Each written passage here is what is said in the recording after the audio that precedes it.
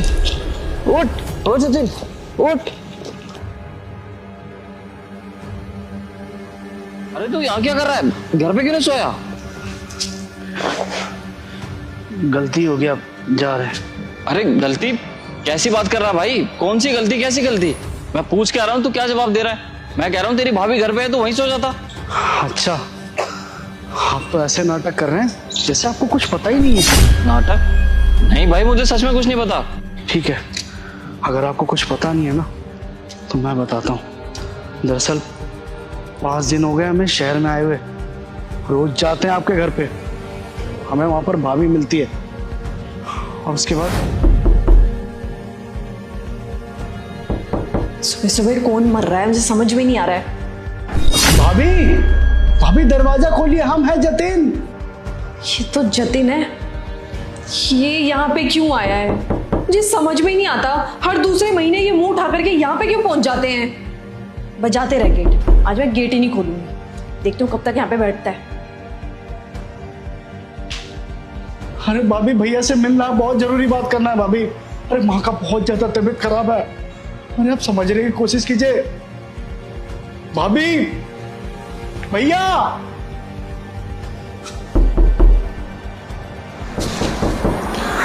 भाभी दरवाजा खोल दीजिए। भाभी, अगर आपने दरवाजा नहीं खोला तो हम भैया से नहीं मिल पाएंगे। अरे माँ का हालत बहुत सीरियस है, माँ को कुछ हो जाएगा। भाभी हाथ जोड़ रहे हैं आपके, दरवाजा खोल दीजिए भाभी। भाभी,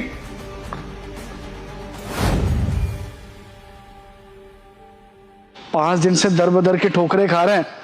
जाने को गांव भी वापस चले जाते, लेकिन क्या करें, पैसा नहीं है हमारे पास। आप ही ना हमें बोले थे कि कभी भी काम का जरूरत हो तो सीधा शहर आ जाना हमारे पास, इसीलिए आए थे। और जो थोड़ा बहुत जमा पूंजी बचा है ना, वो सब छोड़ी, आपको क्या ही बताएं। तेरी भाभी ने तेरे साथ ये सब किया है? इसकी इतनी हिम्मत कैसे हो गई?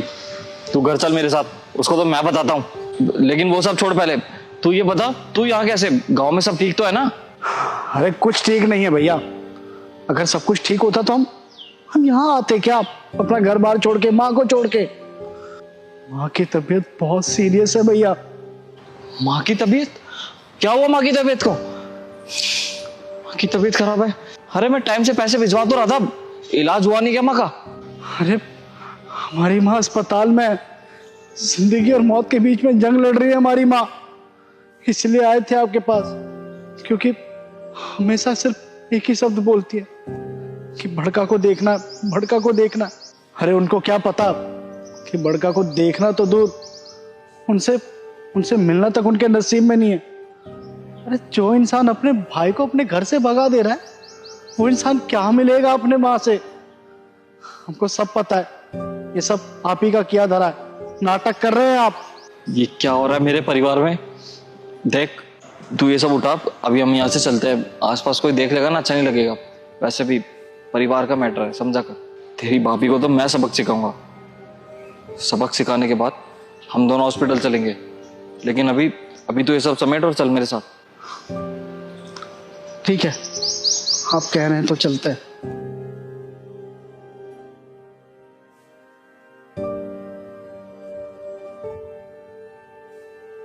हाँ तू अंदर आ। अंकिता, अंकिता कहाँ हो तुम? हाँ आई। देवर जी यहाँ पर? अरे देवर जी आप यहाँ पर? अरे मेरे को बता दिया होता। लाइए सामान दीजिए इनका। ये नाटक बंद करो तुम, बहुत देख लिया तुम्हारा नाटक। एक बात बताओ तुम, मेरा भाई पिछले 5 दिनों से यहाँ पर आ रखा है और वो घर के बाहर सो रहा है। तुमने उसको घर के अंदर एंट्री भी नहीं दी। क्यों किया तुमने मेरे भाई के साथ? क्यों कर रही हो मेरे परिवार के साथ ऐसा? अगर मैं तुम्हारे परिवार के साथ ऐसा करूं तो तुम्हें कैसा लगेगा? बोलो। हाँ, नहीं घुसने दिया इसको घर के अंदर, तो क्या गलत किया? अरे इनका तो जब मूड बनता है ना, गांव से यहाँ पे आ जाते हैं, पूरा बोरिया बिस्तर उठाएंगे और यहाँ पे पहुंच जाएंगे। और 5-10 दिन के लिए नहीं आते, महीना भर रहते हैं यहाँ पे। और जब तक रहते हैं ना, तब तक मेरी सरदर्दी। इनकी खातिरदारी करो, इनको क्या खाना है, क्या पीना है, सब कुछ देखते रहो। और अभी मुझे पता है ये फिर वो रोना लेकर के आगे होंगे। इनकी माँ की तबीयत खराब होती रहती है तो हमारे सर पे चढ़कर आ जाते हैं कि पैसे भरो। अब मुझे एक चीज बताओ, हमें भी तो सेविंग्स करनी है ना, हमारे भी तो 36 काम है। तुम्हारी माँ का क्या है? तुम्हारी माँ तो वैसे ही बूढ़ी हो चुकी है। मेरी माँ का नाम लेने की कोशिश भी मत करना। वरना मुझसे बुरा कोई भी नहीं होगा, क्योंकि मेरे लिए मेरी माँ से बढ़कर और कुछ भी नहीं है, तुम भी नहीं।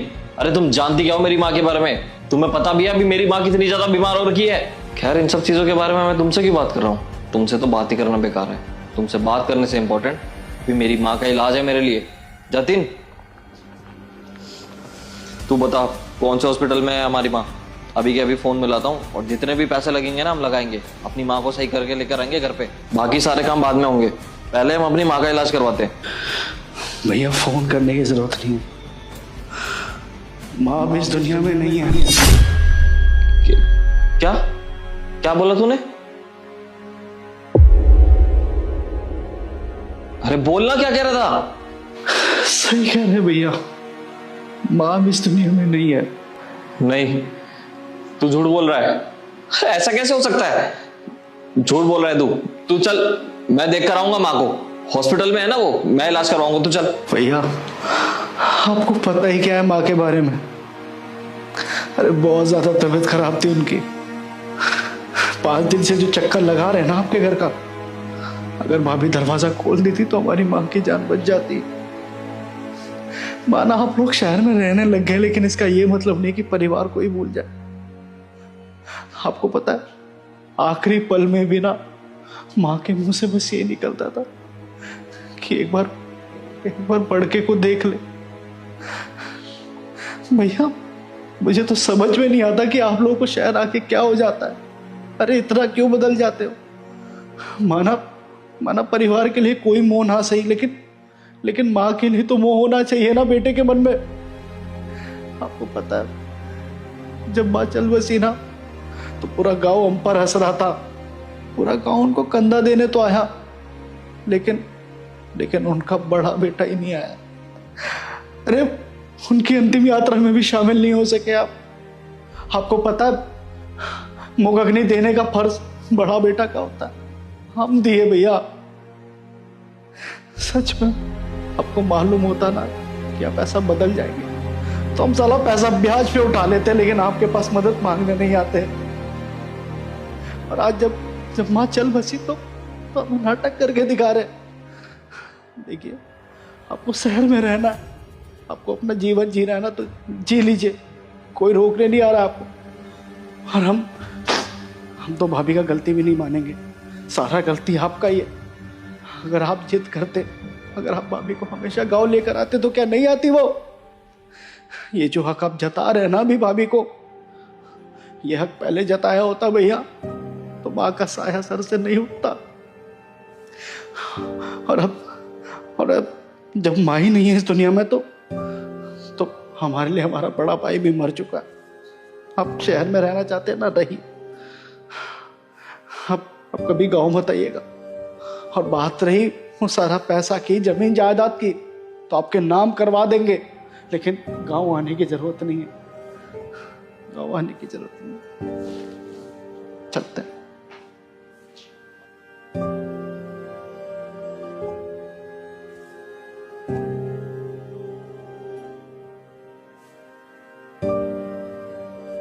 समोसे लिया ना। जी मैडम, कहाँ जा रही हैं आप? मैं इंटरव्यू के लिए जा रही थी, वो आज मेरा इस ऑफिस में इंटरव्यू है ना, तो बस इंटरव्यू देने जा रही थी। अरे कौन से इंटरव्यू की बात कर रही है मैडम आप? आज तो ऑफिस ही बंद है। क्या ऑफिस बंद है? लेकिन ऐसे कैसे आज ऑफिस बंद हो सकता है? आज तो इन लोगों ने मेरे को इंटरव्यू की डेट दी थी, आज 13 तारीख है ना, इन लोगों ने मेरे को आज ही बुलाया था इंटरव्यू के लिए, तो ये ऐसे कैसे ऑफिस बंद करके जा सकते हैं? हाँ क्या तो आप सही रही हैं कि आज 13 तारीख है, लेकिन क्या करें मैडम, आज तो इंटरव्यू नहीं हो पाएगा। लेकिन हाँ अगली बार जब भी इंटरव्यू होगा ना आपको कोई ना कोई बता ही देगा।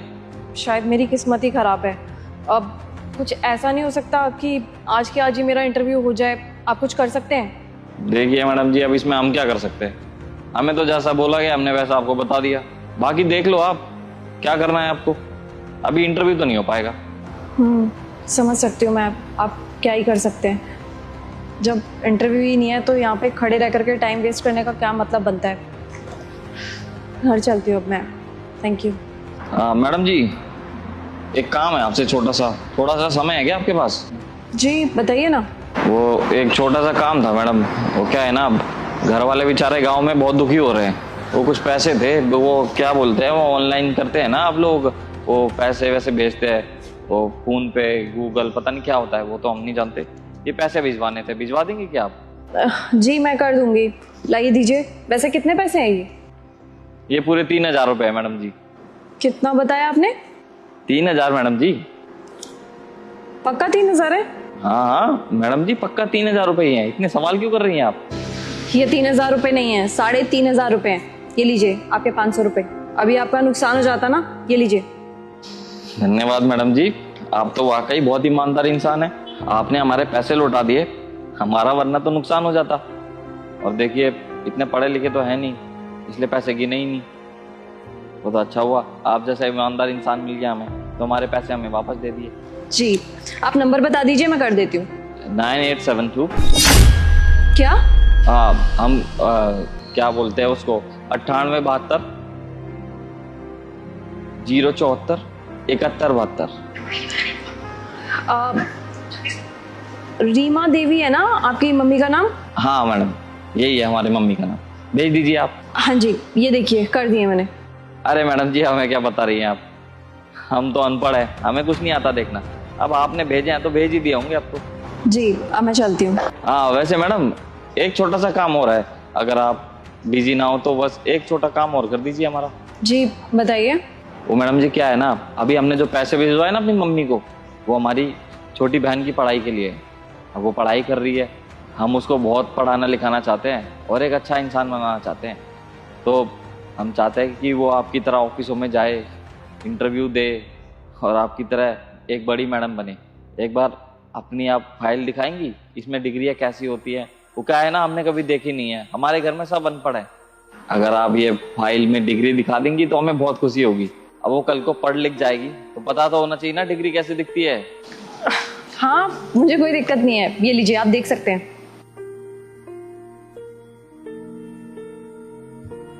अरे मैडम जी, इसमें तो बहुत कुछ लिखा हुआ है, मुझे तो लग रहा है आपने बहुत पढ़ाई करी हुई है। जी एक्चुअली क्या है ना, मैं स्कूल टाइम से ही टॉपर रही थी अपने स्कूल की, और कॉलेज में भी मैंने टॉप किया था। स्टार्टिंग से ना मेरा पढ़ाई लिखाई में बहुत मन करता था, तो इसी वजह से मैंने हर जगह टॉप किया और ये डिग्रियां भी वहीं की है। और आपको पता है, इस इतनी बड़ी कंपनी से मेरे को ऑफर भी इसी वजह से आया था, क्योंकि इन्होंने मेरी डिग्रियां ऑनलाइन भी चेक की थी।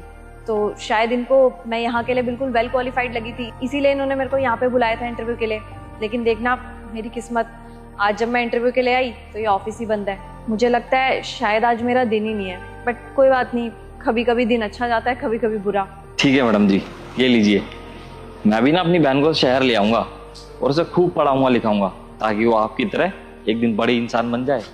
अच्छा अब मैं चलती हूँ, वैसे भी मौसम खराब हो रहा है, कभी भी बारिश हो सकती है। और अब जब इंटरव्यू नहीं है तो यहाँ पे खड़े रह करके मैं अपना टाइम वेस्ट नहीं करना चाहती, तो इसीलिए अब मैं घर जाती हूँ। और वैसे भी मेरे को बहुत दूर जाना है।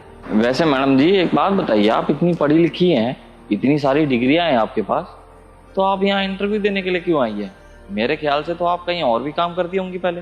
हाँ वो एक्चुअली क्या है ना, मैं जहाँ पे काम करती थी ना, वहाँ पे मेरी स्किल डेवलप नहीं हो पा रही थी, और ना ही मेरे को मेरी सैलरी अच्छी मिलती थी। वहाँ पे मेरी सैलरी 50,000 रुपये थी, और मुझे ऐसा लगता था जिस हिसाब की मेरे पास पढ़ाई लिखाई है, मेरे पास डिग्रियाँ हैं, उस हिसाब का ना वहाँ पे काम भी नहीं होता और पैसा भी नहीं मिलते। तो इसलिए मैंने सोचा था कि मैं कहीं और जाकर के अच्छा काम करूँगी, जहाँ पे मेरी स्किल भी डेवलप हो पाए और मुझे सैलरी भी अच्छी मिले। तो इसीलिए मैं इस कंपनी में आई थी। और जब मेरे को इस कंपनी से इंटरव्यू का ऑफर आया था ना, तो मैं बहुत खुश हुई थी, क्योंकि मैंने इस कंपनी का नाम बहुत जगह सुना हुआ था और यहाँ पे स्किल डेवलपमेंट भी बहुत अच्छी तरीके से होती है। तो मैं यहीं पे इंटरव्यू देना चाहती थी, इसलिए मैं यहाँ पे आई थी। उस कंपनी में मेरा टैलेंट वेस्ट ही हो रहा था, इसलिए मैंने सोच लिया था कि अगर इस कंपनी में नहीं तो किसी और कंपनी में मैं ज़रूर ट्राई करूँगी। बट अनफॉर्चुनेटली आज मेरा इस कंपनी में इंटरव्यू हुआ ही नहीं। बट कोई बात नहीं, अब मैं चलती हूँ, ऑलरेडी बहुत लेट हो चुकी हूँ और मौसम भी ख़राब हो रहा है, कभी भी बारिश आ सकती है।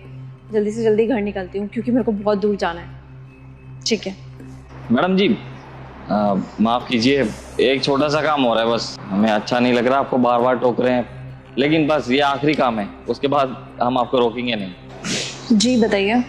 मैडम जी वो क्या है ना, अभी एक छोटा सा बच्चा यहाँ घूम रहा था, पेन बेचता हुआ, बोला कि ले लीजिए हम कुछ खा लेंगे। तो हमने कहा खरीद लेते हैं इससे पेन।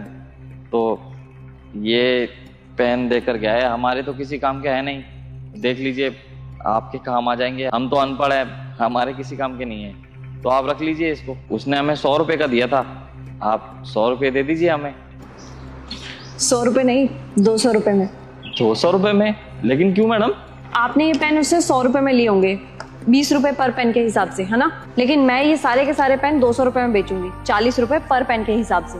मैं बस में जा रही हूँ तो ये पेन आसानी से बेच दूंगी। अच्छा मैडम जी, आप ये पेन 200 रुपये में बेच देंगी? हाँ, बहुत आसानी से। अभी जो आपने मेरी डिग्रियां देखी ना, वो सारी की सारी सेल्स मार्केटिंग की है। मेरे को सेल्स की बहुत अच्छी नॉलेज है। बाकी 1 सेकंड मैं आपको पैसे देती हूँ। 1 सेकंड सर, आप यहाँ गेट पे सिक्योरिटी गार्ड के ड्रेस में क्या कर रहे हैं? 1 सेकंड सर, आप इनको सर कह के क्यों बुला रहे हैं? ये तो सिक्योरिटी गार्ड है ना। अरे नहीं मैम, सिक्योरिटी गार्ड नहीं है ये हमारे बॉस है, इस कंपनी के बॉस है। अब बॉस को बॉस नहीं बोलूंगा, सर नहीं बोलूंगा तो क्या बोलूंगा फिर? क्या आप इस कंपनी के बॉस हैं? लेकिन अगर आप इस कंपनी के बॉस हैं तो आपने सिक्योरिटी गार्ड के कपड़े क्यों पहने हैं और आप इस तरीके से कंपनी के बाहर क्यों खड़े हैं? जी हाँ, बिल्कुल सही कह रहे हैं। ये कंपनी मेरी है और मैं इस कंपनी का बॉस हूँ। दरअसल ये मेरा इंटरव्यू लेने का तरीका है। इंटरव्यू लेने का तरीका? सॉरी टू से, बट मैं कुछ समझी नहीं सर।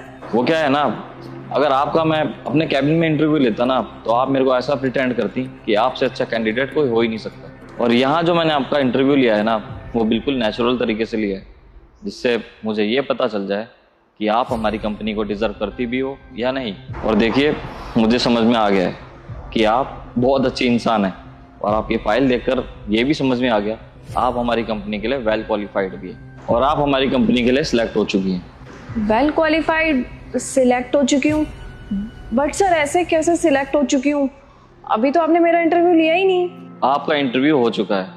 इंटरव्यू का फर्स्ट स्टेज ऐसे चालू हुआ जब मैंने आपको 3500 रुपये दिए और मैंने आपको बोला कि ये 3000 रुपये हैं और आपने उसमें से 500 रुपये मुझे वापस दे दिए, ये बताते हुए कि ये 3500 रुपये हैं। इससे आपकी ईमानदारी साफ जाहिर होती है। और उसका सेकंड स्टेज ऐसे चालू हुआ जब मैंने आपकी ये फाइल लिखी। मैं देखना चाहता था कि आप हमारी कंपनी के लिए क्वालिफाइड हैं भी या नहीं, और उसमें मैंने देख लिया आप बहुत पढ़ी लिखी हैं और हमारी कंपनी के लिए वेल क्वालिफाइड भी। और थर्ड स्टेज आपने ऐसे पार किया जब मैंने आपको वो पेन दिए। मैंने आपको वो पेन 100 रुपये में बेचे थे और आपने क्या कहा, मैं उसको 200 रुपये में बेचूंगी। इससे मुझे ये पता लग गया कि आपको सेल्स की बहुत ज़्यादा नॉलेज है, क्योंकि आपने मेरा भी फ़ायदा करवाया और अपना भी। तो इस तरीके से मैंने आपका इंटरव्यू लिया और आप सिलेक्ट हो चुकी हो। आपकी सैलरी होगी पूरे 90,000 रुपीज़ और आप कल सुबह 9 o'clock आ जाना। Thank you so much sir. और आपको एक बात बताऊं, मैंने इस तरीके से पहली बार इंटरव्यू दिया है। इतनी जगह इंटरव्यू दिया है मैंने, लेकिन आज पहली बार इस तरीके का इंटरव्यू एक्सपीरियंस करके ना मुझे बहुत अच्छा लग रहा है। सर आपको एक बात बोलूं, मैंने इस कंपनी के बारे में बहुत कुछ सुना था कि यहाँ के बॉस, यहाँ का स्टाफ बहुत ही अच्छा है, बहुत ही कोऑपरेटिव भी है। कहा जाता है यहाँ पे जो भी आता है ना, उसके स्किल्स और टैलेंट बहुत अच्छे हो जाते हैं। तो आज तो मैंने देख भी लिया। ठीक है, कल से आप टाइम पे आ जाना। जी सर, श्योर, मैं कल से टाइम पे आ जाऊँगी। Thank you. अब चले सर, अगले 1 घंटे में मीटिंग है हमारी। आप इस ड्रेस में अच्छे नहीं लग रहे, चलिए चेंज कर लीजिए।